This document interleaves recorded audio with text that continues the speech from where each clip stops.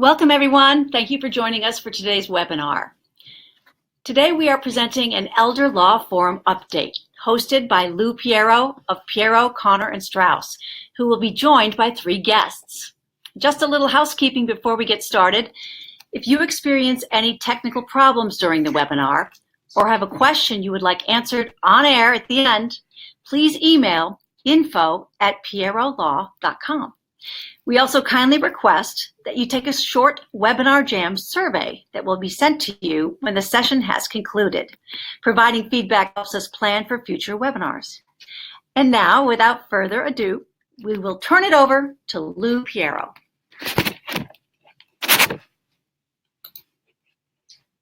Good morning, everyone. Welcome to our Elder Law Forum update. We have an agenda that will cover an hour. So we'll be here for 60 minutes or so, and we're going to recap what we learned at the Elder Law Forum back on June the 4th. And we're going to also look at some updates since then and practice areas that were covered at the forum. And we have some guests here today with us, special guests who will be live, going over the things that they have brought to us at the forum and what's been happening since then. So the purpose of today is to stay connected and to keep the dialogue going and to make sure that we're all staying in tune with the things that are going on here in New York State relative to aging and long-term care. So we were very pleased with the turnout and the fact that you joined us at the Elder Law Forum back on June the 5th. We had a record attendance, about 320 people, plus our speakers and sponsors. There's a highlight video that you can watch at your leisure that's there on the screen. And we're going to announce today that the 25th annual Elder Law Forum is going to be June 4th, 2020. We are moving the location due to the size of our expected audience, and we're going to be this year at the Albany Marriott on June the 4th. And if you'd like to get on our pre-registration list, we don't have registration open yet on the website, but you can get on the pre-registration list by simply emailing info@pierolaw.com. And we'd love to see you next year. We'll be working between now and then to build the program, the speakers, and to bring you relevant information that will impact how we all do our jobs working for the aging and disabled in New York State. So part of our program, our keynote, was Mark Kissinger and Greg Olson talking about the governor's project on long-term care. And they gave us a rundown of the things that they were working on. We've had follow-up with both Mark and Greg, and they are still working very hard. And we're going to give you the next forum session that they're going to have coming right up on your screen. And they're going to be doing this in New York City. All of the others have been here in Albany, but this time they're going to New York City, and it's going to be on September 17th, 2019. So that September 17th session is going to be at the New York Academy of Medicine, 1216 Fifth Avenue, and it's going to be on the long-term care workforce. And if you joined us at the forum back in June, you know that that was a primary topic of discussion. We're going to hear a little bit more about that today, but finding capable workers is one of the major issues that we face going forward in healthcare, but in particular in long-term care and home care. So they will be exploring that from 1:30 to 4:30 on the 17th, and you can register. The registration link is there. Hope you can make it and join Mark and Greg and a group of professionals studying the issues and trying to resolve the problems that we all face. So you know, the prior 4 sessions that they've held included aging and long-term care services, improving coordination and communication, and the consumer experience, evidence-based programs and innovative models in aging, family caregiver support, LTC workforce, and they've indicated, and there's Mark's quote, that they have gotten very good ideas and that they're always looking for more comments, ideas. So if you have anything that you would like to interject into the governor's project, you can send that along to Mark and or Greg, and they would be happy to take it. And there is the email address that you can get them more information, ideas on how we can all work better together to solve this aging problem that we will all have, and I hope we will all be part of in the years to come.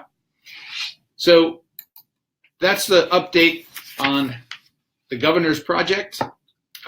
We have also gotten a brief update from Valerie Bogart, and Valerie is our guru in terms of all things Medicare and Medicaid. And the update is not a good one. There's always a little bit of bad news in all of this, but the Independent Consumer Advocacy Network, Valerie mentioned them, talked about them at the forum back in June. It is a group that does a phenomenal job representing individuals in terms of advocacy for Medicaid benefits. And unfortunately, due to regulation, they have now been prohibited from representing individuals at fair hearing. And ICANN did a ton of fair hearings for people. So this is a major change in terms of getting representation for the people that need advocacy. And one of the major fair hearing issues that has been popping up all over is the number of hours awarded for care. And so there is a process that was instituted because the fair hearing rates were not terribly favorable, to put it right out there. The consumer was winning almost every fair hearing, going in and asking for more hours. So last year, state changed the rules, and now you have to exhaust an internal appeal with the company, the MLTC, before going to fair hearing. And ICANN is able to do that. They are able to represent individuals through the administrative process of an insurance appeal. So they can do the internal appeals, but unfortunately now cannot do the fair hearings, which are necessary if the internal appeal fails. And for that, you would have to refer out. And as it says, ICANN can refer to people like Evelyn Frank Legal Resources, but they're going to be flooded and overwhelmed and not have the staffing and personnel to do all of the fair hearings that are necessary. Our firm does fair hearings for people, and we do it on a variety of issues, but not everyone can afford private counsel. And unfortunately, we do have to charge for our services, and there's no payment source for legal representation other than the individual. So for those individuals that cannot afford an attorney, it's going to be a difficult slog to find representation for those fair hearings. And hopefully there'll be some bright light on the horizon where a group will step up and get the personnel out there and do the training necessary so that individuals do have representation, appealing their Medicaid denials, and again, the reduction of hours or the awarding of insufficient hours being one of the major concerns that people have. I know that we do a lot of Medicaid applications, and when you go through the process, you complete the financial eligibility, you get to the point where you have your assessment, you clear the maximus hurdle, you go for the assessment, and you know that the person needs 24 hours or 16 hours because the physician has completed an affidavit, and you get awarded 4.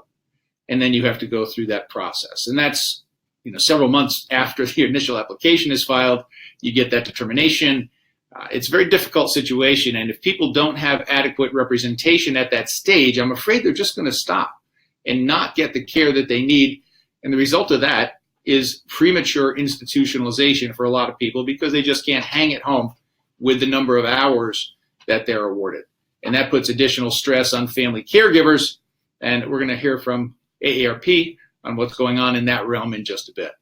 So that's something. If you need more information on that, Valerie is always very willing to give information, but I would recommend you go to their website, and it's a phenomenal resource. She puts a lot of information up there, and you can always get updates on the Evelyn Frank Legal Resources page. So with that, I would like to bring in our first live guest, and she is Elizabeth Martin, who is the CEO of Consumer Directed Choices. Good morning, Elizabeth. Good morning. We talked a lot about Consumer Directed at the forum, the good things that you do and the necessity in many places in New York State for Consumer Directed services, but we also talked about some budget cuts. Absolutely, yep. And so you have an update for our viewers, our guests on that. Yes. Unfortunately, the budget cuts are still moving forward as of right now. What we ended up having to do over the course of the summer is New York State in July issued the rate structure that they wanted to change for fiscal intermediaries. If you remember at the forum, what the state wanted to do with the cuts is they wanted to change how fiscal intermediaries were funded. And changing our rate reimbursement to a per member per month. Mhm. And the amounts that the state wanted to set for per member per month are incredibly low. We're looking at cuts of about 60, 70% to our operations. It is not sustainable. And it isn't like you were running with a flush budget to begin with. No, I can say, at least for our organization, I think we had a surplus last year of 0.3% of, So you're Medicaid just revenue. making So we're money. not, yeah, I know. So there's not like a lot of fat there. And so cuts that large, we just can't make. We can't make up for that. So the state just wasn't listening to us. Their methodology, we felt, was not clear. And so we are taking them to court. CD Painey's, our statewide association, is one of the lead associations that are part of it. Consumer Directed Choices is a petitioner on it, as well as 12 other independent living centers that are also fiscal intermediaries, as well as the New York State Association for Independent Living, and then HCP. So where is the litigation? So the state submitted a motion to dismiss. They wanted to say that we did not have standing, Is this and in that they're state doing Supreme everything. Court? Yes, Mhm. and that they were also doing everything lawfully. We asked for a preliminary injunction while the state rules on our complaints. To freeze the funding at current levels? Yes, as of September 1st. Last Friday, there was a decision based on those two requests, the motion to dismiss and the preliminary injunction. It was a mixed bag.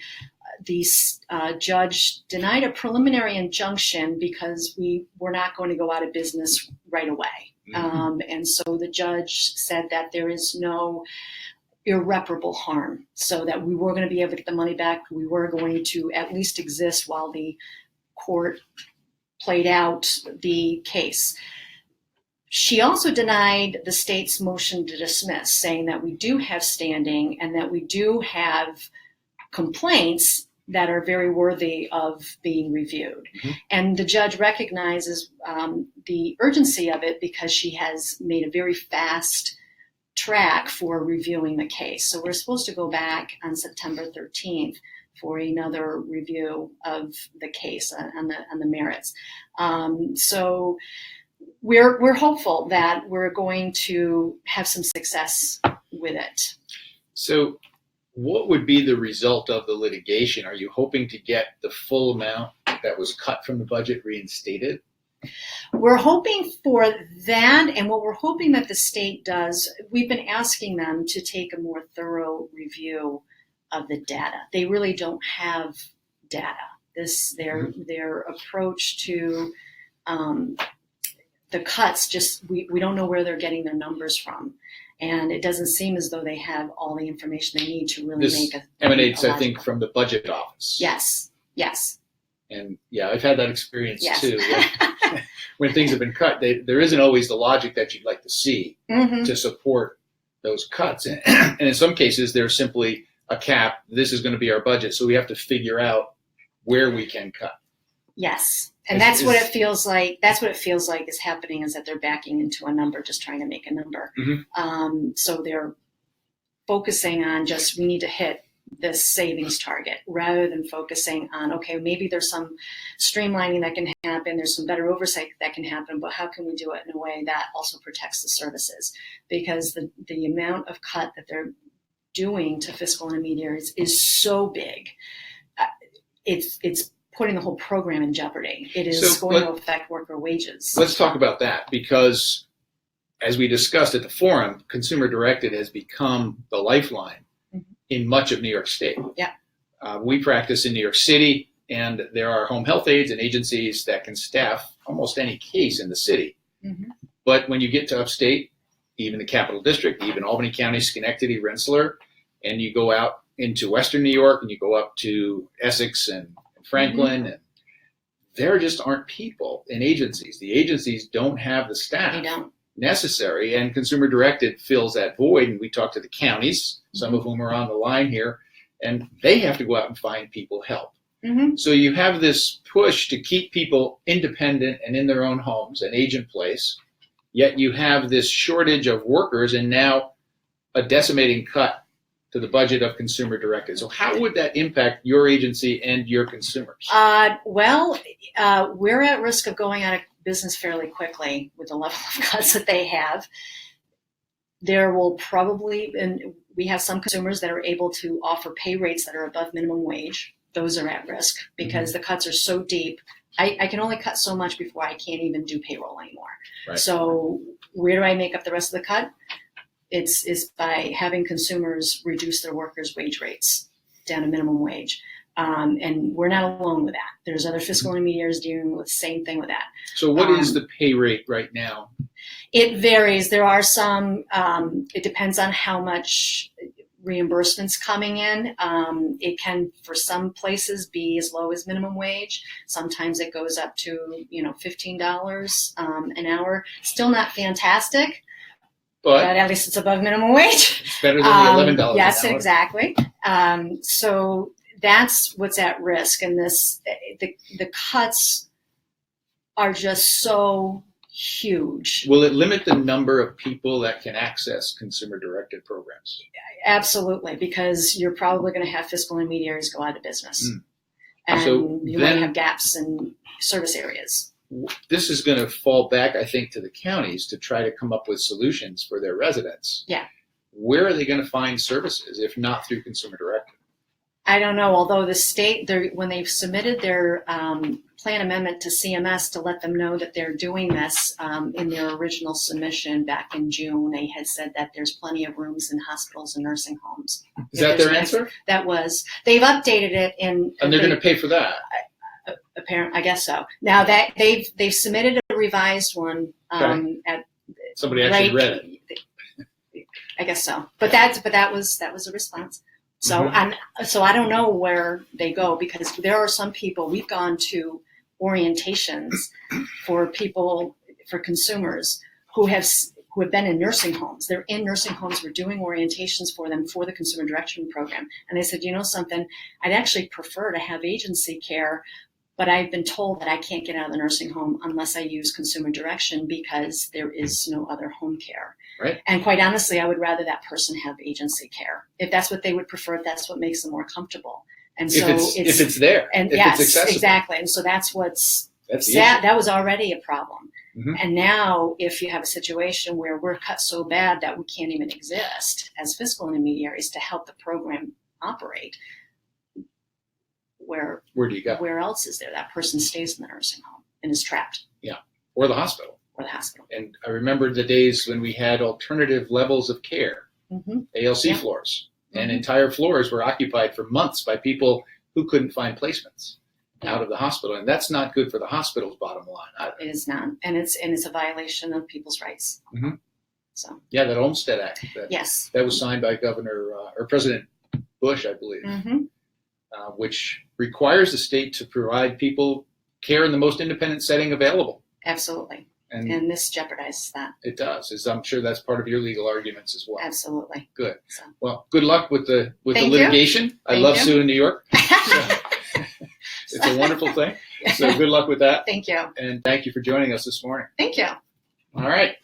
So there's our update on the consumer directed program. Not good news. And our firm has become very reliant. Our clients have become very reliant on the consumer directed program in areas where agencies just don't have people. And so how are agencies coping with this? How are people finding employment? Where are the employees who are going to fill this gap? And one of the panelists that we had at our Elder Law Forum is here today, and that is Fred Ehrlich. And Fred is the founder and CEO of Living Resources. Good morning, Fred. Thank you, Lou. And Fred's going to update us on Living Resources experience because they are one of those employers trying to find home health workers. Well, thank you very much, Lou, and God bless you for being out there and practicing law. And we're going to could use a blessing every now and then. Thank you. More of that. Just to recap, Living Resources, we, in terms of the workforce, we basically need 1,000 employees to run our agency. Right now, we have 800 employees, and we have 200 employee hours done in overtime by people that are working very hard to fill those hours because they're all essential hours. if we fall below those hours, the state considers us neglectful, and we have to report it. So that's what the Justice Center came in, and they set up this, you must have this many people or you have to report it. So it's not like we could leave jobs open. We have to fill them even with overtime.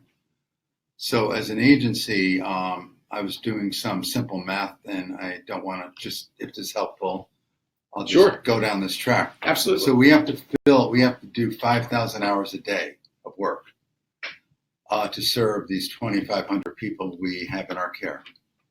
Our extended care, either they're living at home or they're in our group homes or day services or whatever, support employment, whatever we're doing. And we're very efficient. We can't be more efficient. We're at less than a 1%, like a 0.5% is our profit loss. We have we're up to about a $48 million budget, and we're running about a $100,000 surplus. So you're on a thin margin. Yeah, we're on very thin. Consumer directed was 0.3%. Yeah, right. You're at 0.5%.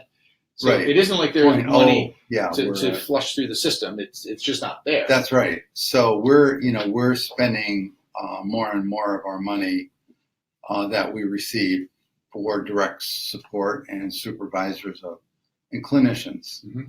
Our administration is around 12%. So we're actively involved we are getting staff. We have a lot of, every 3 weeks we run a class, and I always go into orientation, and we had about 15, that's a good number of people that are in this class. So we're out recruiting, we're out working on the wage issue, which is hard because our funds are fairly fixed. Right. The state sets our rates, and if we don't like the rates, too bad, live with it or go out of business. Yes. There's not a lot of support there, I gotta tell you. So who are your competitors? Not just competitors in your field, but competitors in other industries and other employers that are competing for the same right workers. And anyone in retail, in healthcare, human service care, so CVS, does the holiday season affect you because Stewards, the retailers are all hiring up for holidays? The worst time is the summer because a lot of our people want vacation as well. And especially in August when people are going, my kids are going back to school. I got to get some vacation in. I want to see them. So these 2 weeks, I do a lot of hand holding. It's always hard these last 2 weeks of August. Do you have to deny vacations to certain people? We do. No, we don't really deny vacations. It's just that our supervisors and our higher ups work direct care hours. Mm-hmm. People just get in there and do what has to be done. Right. So we there's have more overtime then for the people that are still on the job. very strong. We have a very strong machine as an organization. I feel really good about it. So some of the things that we're doing, which I'm excited about, we have a partnership with Schenectady SUNY. They have a new certificate program for 27 hours. And we're an apprentice for the Department of Labor. So anyone who works for us who gets enrolled in this thing, it's free tuition. They don't have to pay anything, and we don't have to chip in. That might go on for a year or two. The Labor Department put some money out there. So we're aggressively going after that. And we're going to help people to get these courses, and we're going to hopefully have some of the courses at our office, online, whatever, help people so we can attract people in that regard. So training and recruitment is big, and retention, I'm sure, is also an equal issue to recruitment. Yeah, as I said, the employees in the discussion we had at the conference, I said the employees really need to know that you care about them. A big part is retention. Recruitment is really hard because people look at what's the posted price. Mm-hmm. If we're paying $12 an hour and Stewart's is paying $12.20 an hour, they might go to Stewart's, even though we have a very strong healthcare package And- or tuition reimbursement. They don't Stewart's has an go after ESOP. that. They have an Which- well, that's a which bad is an example. employee stock ownership plan, and that And we helps don't them have that. in recruitment. So that's Yeah. that's private industry, and they have the options of doing Right. things like stock bonuses, and you're just wages. Right. You don't have the wages. same incentive programs. that And we don't have other like, employers do. let's say, everybody gives the McDonald's or such. They could, cut back on employees by doing machine Yeah. intake, kiosking and hit your number and get your order. We can't do that. The people we serve really need care. Well, let's talk about them for a minute, because the ultimate impact, as with consumer directed, it's individuals who are frail, aging, or disabled who need the help in their homes. Right. Who is your population that you serve, and how many clients does Living Resources have? We have 2,500. So we have a lot of people that have long-term health, long-term developmental disabilities or brain injuries. And we also serve people that are through the licensed and certified home care who are just getting out of the hospital. Mhm. So they're going to we're actually very strong right now in nursing, OT, PT, So you have a and social CHA, work. We have a CHA. Certified Home Health Agency, and Alexa. Yeah, this CHA is very strong, doing very well. The Alexa is a problem because it's the same problem that we have with finding living resources workers, Mhm. consumer-directed workers. They're all that pool. There's not enough of them. Right. The CHA is more Yeah. skilled care Skilled care, and a lot of Medicare reimbursement. the Medicare is good, but we don't have enough. The part of the CHA which requires home health aides is always weak. Yeah. But the professional part, we're actually very strong right now. And it's that level of worker that is the hands-on Right. personal care aide, home health Yeah. aide that is missing. Right. And we keep a lot of people, as I said at our conference. We have 1,500, we have 150 employees that have been here 10 years or longer. And most of them are direct care. Mhm. So we always thank them. We have parties. We try to do more of that. And we also, the health care is important. Right. And recognition. Yeah, Stuff like that. the spirit of the workforce, especially Yeah. in this kind of a job, which is Yeah. a mission. It isn't It's absolutely. It isn't a factory line. Those are people that you're working for. Has the shortage and the lack of those aides impacted care directly for the consumers? In terms of if our workers are tired, they can make more errors. They can maybe short. The number of incidents of things is not really going up. We're holding the line on that. But we're getting a lot of younger workers who are less experienced. Okay. And that they could be there's a couple more auto accidents, like a fender bender stuff, things that we have to watch out for. So that kind of thing. And, it's really tough, but you've got to, we care about our mission. Sure. And we're doing what we can, but I don't see the state really advancing in their What do you see desire for to do more of this. What do you see for 2020? What's your picture of 2020 in terms of this marketplace? A lot of the people that are doing the service have to keep figuring out a better way of doing it. But I don't see the government really saying we need to do more. I think the Elizabeth Martin example is clear. It's like, how could we do the same for less? With 60% less. Right. Yeah. So whatever. Maybe they'll bargain it down to a lower percent, but there's a cut. Yeah. In terms of agencies that provide long-term support for development disabled, they have rate base years, and 2019 is a base year. But with everybody having people getting older and more disabled because they're living longer, we've done Right. well at that. I could see every agency coming into the state and say, we lost money, raise our rates, in the state going, we don't have any more money. So I know could be that a problem. you and I have had some meetings, and our staffs have had some meetings on Right. technology Yeah. and a project that you're working on. Tell our the viewers a little bit about that. We have two projects. One is an overnight support project, I find that fascinating. which is getting stronger. We have 6 apartment houses that are into this now, and we have staff overnight watching, doorways through, basically outside, make sure it's safe and all that. And inside the building, there's a direct hit a button and you're talking to our staff at the office. Mm-hmm. And if people need care, we'll send out a responder. So we'll fix it right then and there. We have staff in the field ready to go if we need them. Okay. So it's a That video part's good. video Yeah. connection that they can initiate from home. Right. Video and security. Mhm. We're working with a security firm. So we have that down. We're not trying to become a mom and pop wiring company. Right. So there's and we also, it's a secure network, so it only goes to our office. Mhm. The other thing we're doing is we acquired 2 robots, mini robots, through a firm called Misty. And now we're in a project with maybe 20 agencies around the country that are saying what's the use case for these robots.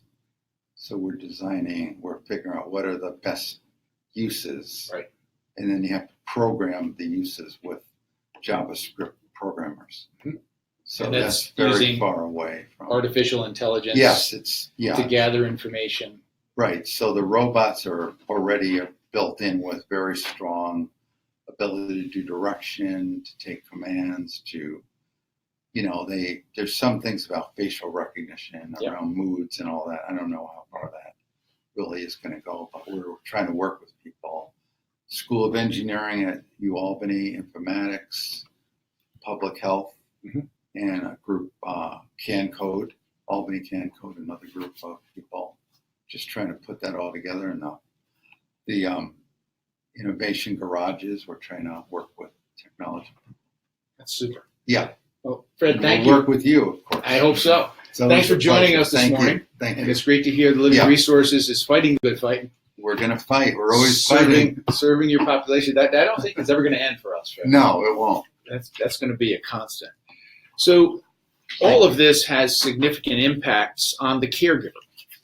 And the caregiver role has become one that has inundated families and put them in risk situations where relationships and jobs and children's safety are put at risk because of the need for the caregiver to take the time with an aging or chronically ill loved one.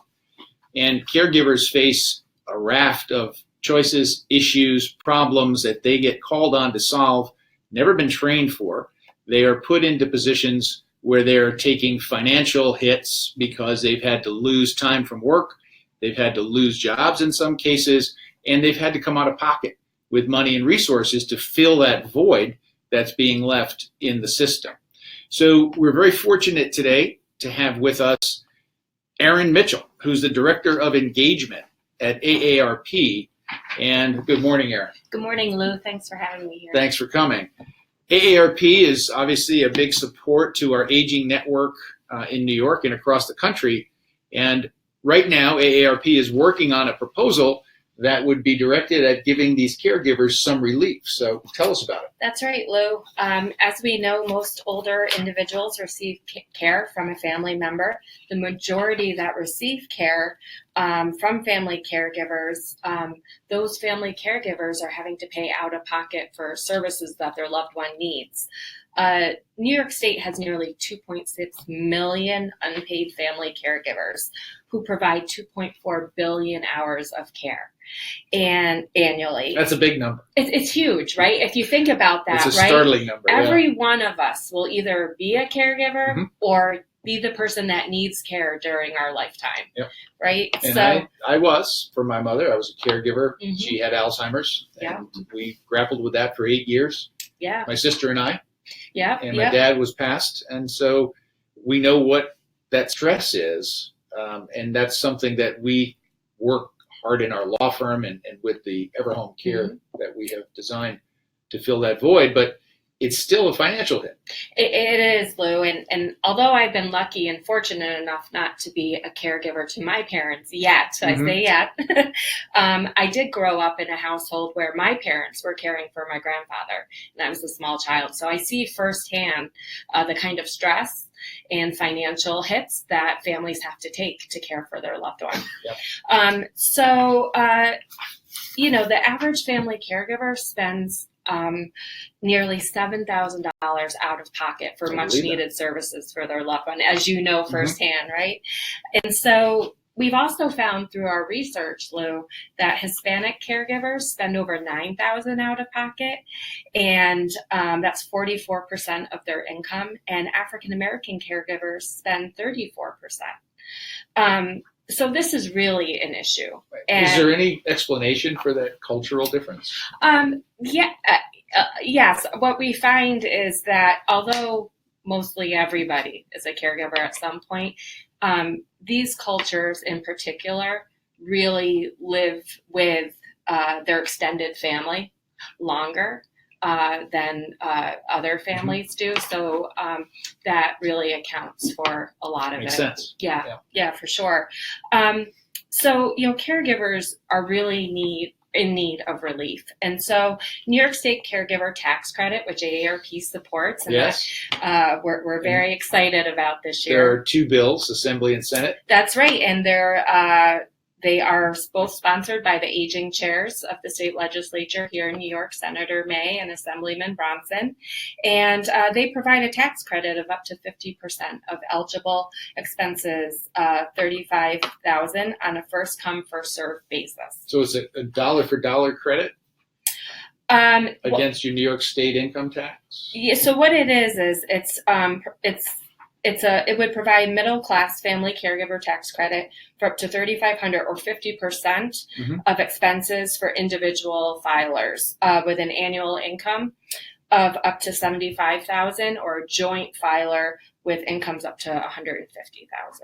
Okay, so there's a limit on who's eligible. Yes, it is. And the caregiver tax credit that we're in support of and that the aging chairs carry, the eligible expenses are things such as home health aides, adult daycare, transportation, home modification, those type of expenses which caregivers incur for their loved ones. Certainly would be a major boon to the people that are providing those Oh my goodness. billions of hours of care. Right, absolutely.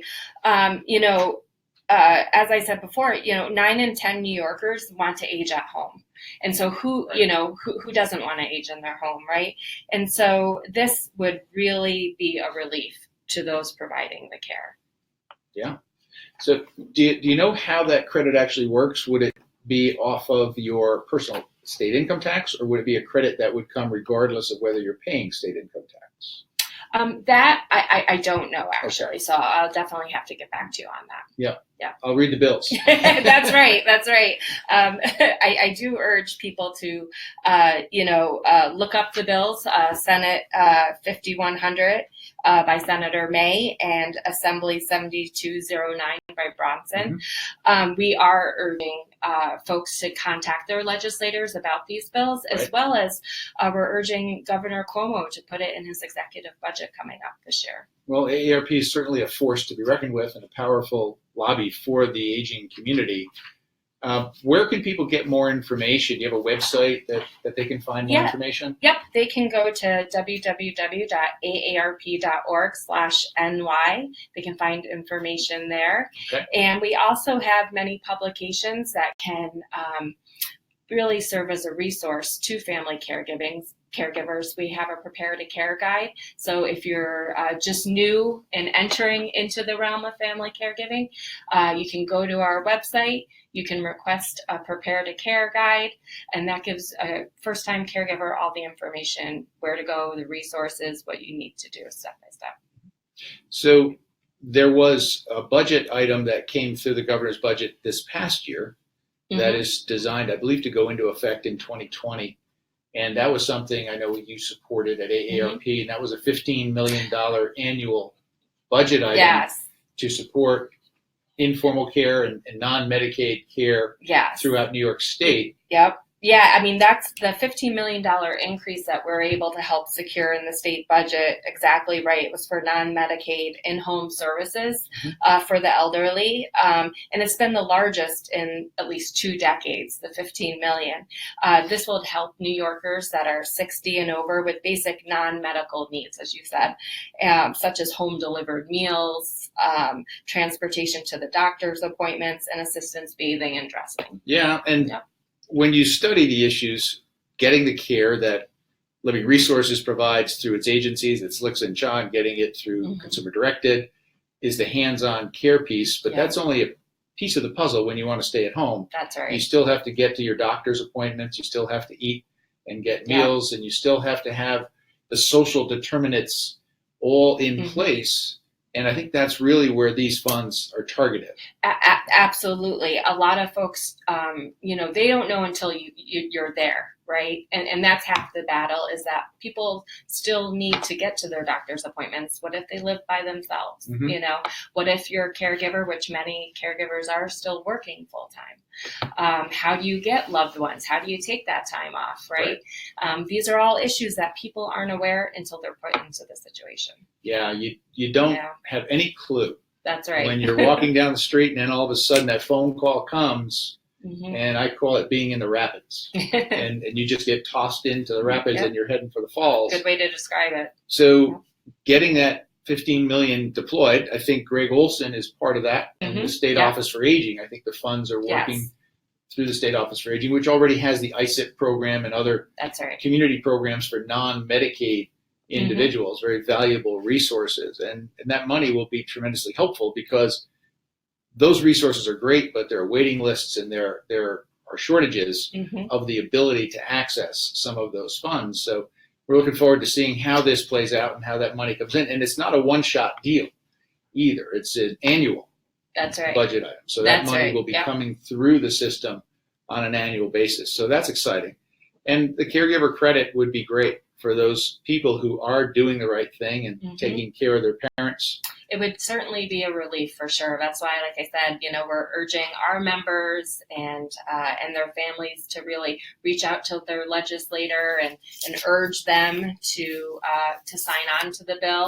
And we're also right now, urging New York State Governor Andrew Cuomo to please put this into his executive budget. That would be even a greater success, for us to have it front up right in the budget. So everyone contact your legislator, your state senator and assembly person, and make sure that you urge them to get behind and sponsor these bills and support them. So AARP does a great job advocating, and we're very happy that you're here today and that you're working for our seniors here in New York State. Oh, thanks, Lou. Thanks for having us on. Thanks very much. All right. So if you have any questions for myself or any of our panelists, now's a good time to send the email. Our marketing director, Beth Wortman, is standing by to take your questions, and we'll get them on the air here. And you can email us at info@pierolaw.com.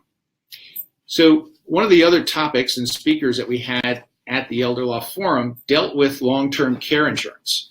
And I was very pleased to hear David O'Leary, the president and CEO of Genworth, talk about the initiatives that Genworth has in the area of long-term care. Long-term care insurance has had a bad rap lately. They've had some issues with rising rates, premium increases, coverage issues, and a flight from the marketplace. So many of the carriers that we've had in New York have left the market, leaving us with a much watered down field of providers for these insurance services. So David has sent us an update from his remarks. And if you recall his remarks, what they were really looking to do was to simplify their long-term care offerings. And Genworth was one of the largest producers of long-term care insurance in New York State. They had stopped selling new policies, and they're now in the redesign phase. And the long-term care insurance policies that they're looking to do are being designed to be more understandable, to improve the the application process and the benefits process, the claims process, and to be more attractive to the middle market, middle class consumer. We've always said this is a middle class issue, and in many ways it's a middle class woman's issue because they tend to being more caregiving, more of the caregivers, and to have the issues. But it certainly hits all of us. And the insurance that was available in the early days of the LTC market, we could get lifetime coverages, 5% compound inflation rates. We had a New York State partnership that if you ran out of your insurance dollars, you exhausted the policy, you would be able to go on Medicaid without spending down your assets. But that market has really shifted. And Genworth has been working with the Society of Actuaries. And these are the smart guys in the room with the calculators who really can do the math and look at the numbers and look at what the policies are producing. And they have been very active in looking at new designs for long-term care and life insurance. And the market, last year we had Nationwide as one of our speakers and sponsors, and they offer the products that include what we call a hybrid policy, where you can pay a single premium and get both long-term care insurance coverage and a death benefit, life insurance coverage. They also offer a true life insurance product, which has a rider that would allow you to access the death benefit early. Two very different designs, similar concept, but there are a lot of different companies and a lot of different products out there. So again, they're looking at finding ways to simplify and to streamline these policies and the process for purchasing so that the market can be reinvigorated. We can make it more attractive for people. So as you're hearing about budget cuts and 60 to 70% cuts for consumer directed and the inability to find workers, when you have a private financing solution in place and you have insurance dollars available to pay for your own care, you can find people. You can go out and you can pay a little bit better than Medicaid can pay. So it does give you significant advantages. And it also pays for another housing option, although 9 out of 10 of our clients we do prefer to be at home. If they find a nice assisted living or adult living community and they can get services there, get your 3 meals a day and have recreation and have socialization, assisted living is a very attractive option. But in New York, Medicaid does not pay for anything except ALPS, assisted living program beds, and there are very few of them to be had around New York. So when you have long-term care insurance, you also have that option. So Genworth, as you can see, is doing the work here, looking at other approaches. And when we look at the next slide, one of the other financing options for paying for long-term care or paying for insurance premiums is the equity in your home. And this is something that New York State and the State Office for Aging has been looking at and encouraging. And now we have a sponsor, a very generous sponsor, Frank Melia, who is with Quantic Bank, and Quantic writes reverse mortgages, and we like them because they write reverse mortgages into what we design as irrevocable trusts. So even if you have put a house into an irrevocable trust, what we call a Medicaid asset protection trust, Quantic will loan against that house, and you can get money into the trust that can then be given out to the consumer. And it's a great way to both protect the home but access the equity. And so now they have jumbo mortgages online. So we can do it in trust and we can do it with jumbos. Now this doesn't apply too much to our folks here in the capital region because it's on values over $800,000, but we also have offices on Long Island and in Manhattan. And many of our clients have homes worth more than $800,000 that they haven't been able to get financing for. So now there is a product available, a jumbo product for reverse mortgages. And as Frank indicates here, it doesn't require the same insurances, so it is a lower cost option for people. And so you can contact Frank directly if you have the need for a reverse mortgage, but it is certainly something that we recommend to people and something that we think is a useful tool to put dollars at work and to find the things that you need If Medicaid is available, great, but if it's not, you need to have private dollars to pay for care or other services, and a reverse mortgage is something that it gets a bad rap too, because half the clients that come in say, oh, I don't want to talk about reverse mortgages because the bank will own my house. A reverse mortgage is a mortgage. It puts a lien on the house for the amount of money that you borrowed, and that lien just has to be paid back at some point. So in most respects, it resembles a home equity line of credit. The two distinct differences are, number one, that you don't have to pay interest on the mortgage. So you can roll up the interest into the mortgage, into the loan, and it all gets paid back at the end of the day. The other is, if you leave the house, then the mortgage is going to come due within 12 months in most cases. So it's a mortgage that you will pay just like you have to pay any other mortgage. And if the house sells, when the house sells, the bank gets paid back. Look at the details, look at the fine print, but it is a deal that is worth looking at, especially now if you have a more valuable home over $800,000, you can get that mortgage, and Quantic has a product available for that. One of the other areas that I've been speaking to Frank about now for several years is getting a mortgage on a cooperative apartment, because many of our clients in New York City have co-ops, and the co-op is not real estate, it's shares in a corporation, and it's been very hard to lend against from a reverse mortgage perspective. And they're working on that. And he said there's a solution that's being negotiated right now, and we hope to have news on that in the near future. And that will open up the market to even more people. So since our forum in June, we have been working very hard with our technology partners, including eCaring and United Concierge Medicine and Stay Home New York and EverSafe. And technology, as we heard from Fred, there are robots out there that are now operating in this space. And technology, we believe, is part of the solution for the future.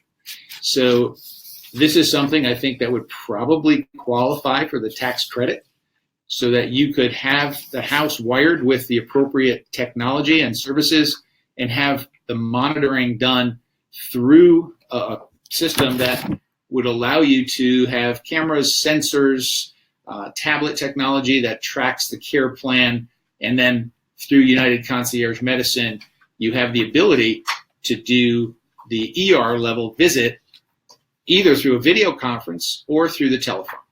So something that we are working, again, very hard on. We're working with Mark Kissinger, Greg Olson, State Department of Health, Office for Aging, and looking at developing a pilot to test out this technology to see if it can, in fact, bring down the cost of care and reduce the number of hours necessary for care. So we're doing a seminar, you'll see it there, down in Terrytown. And Robert Herzog, who gave an excellent demonstration of e-caring at our program, will be the featured speaker, and it's technology and aging in place. And that's going to be September 11th. It's at the Belvedere Estate, and you can sign up on our website on the events page, and that's right there on your screen, or you can call that number to sign up if you want to just do it by phone. So we do have a couple of questions. Question about long-term care insurance. Is it stymied by policy rules such as not allowing family member to be the reimbursed caregiver? And that's a very good question. And the answer is it depends on the type of policy that you purchase. I've been advocating very strongly since day one that an indemnity policy, which allows you to get the money and apply it in any way that you choose, is by far the best policy to buy, because indemnity allows you to pay anyone, and it allows you to pretty much use the money for anything. So not just care expenses. If you have a reimbursement contract, and right now all of the contracts on the market in New York are reimbursement contracts with one exception. There's a policy that has a partial indemnity benefit, but all the rest are reimbursements. And I'm now power of attorney for a client, and I'm filing the claim for her on her long-term care policy, and it's taken us 6 months to get approvals of the caregivers, and it cannot be a family member under a reimbursement policy. You have to get approval through the company of each individual if you're doing it that way and you're not using an agency, If you're going through an agency, obviously, they're going to reimburse the agency. But non-agency care under reimbursement cannot be a family caregiver. Under indemnity can be a family caregiver. So when you're shopping for long-term care insurance, and now, again, it's not available except one company, but the life insurance products that I mentioned, the hybrid products and the life insurance policies with the riders, there are indemnity policies available. So when the time comes and you file your claim, you're going to get a check, be it $10,000, $11,000, whatever your benefit is. You're going to get a check tax-free from that policy, and you can then apply that money in any way you choose, including paying a family caregiver. And the other is not allowing family-chosen caregiver who are not certified CNAs. Again, being a lawyer, I read contracts, and every insurance policy is a contract, and you need to read it. I can't tell you how many clients come in and say, oh yeah, I bought that long-term care insurance 20 years ago. I never looked at it. Here's the policy. And it still has a seal on it. They've never opened it up. They've never read the contract language, and they don't know what those contract terms are. So you have to read the contract and look at what is eligible care, who are eligible caregivers. Again, if you have indemnity, not a problem. You can apply those dollars anywhere you choose. If you have reimbursement, then you have to get the care approved by the company, by the insurance company, and you have to vet each individual caregiver if you're not using an agency. It is laborious. We spent hours and hours filing this claim for what amounts to about $120 a day. So it's something that is great to have, but make sure you have the right product, the right policy, and that it fits your needs. And if you need to hire family caregivers or non-certified caregivers, then you really need to have an indemnity product that gives you the flexibility to do so. Okay. So we have our questions. We have an ability to stay in touch. You can email us. There's my email address. I'd be happy to answer any questions, or if you want to have a dialogue about care and long-term care, be happy to do that as well. We do have a study group that we convened along with AARP that Mark Kissinger and Greg Olson have asked us to reconvene. So after Labor Day, we're going to be putting the team back together again and having another session. And what we're doing is trying to parallel the ideas that are being tossed around at the governor's long-term care project meetings, and to have a private industry response to that. And so to formulate some ideas, both insurance from providers, from the legal side, and look at creative solutions to the long-term care financing issues that we're all facing going forward. So if you'd like to be part of that study group, give us an email, and we'd be happy to add you to the list. And again, next year's forum is going to be June 4th. In 2020, it's going to be at the Albany Marriott. We'd love to see you there. And if you would like to get on the pre-registration list again, give us an email at info@pirolaw.com. Hope you found this useful. Thanks for joining us today, and we hope to see you all very soon. Keep working hard.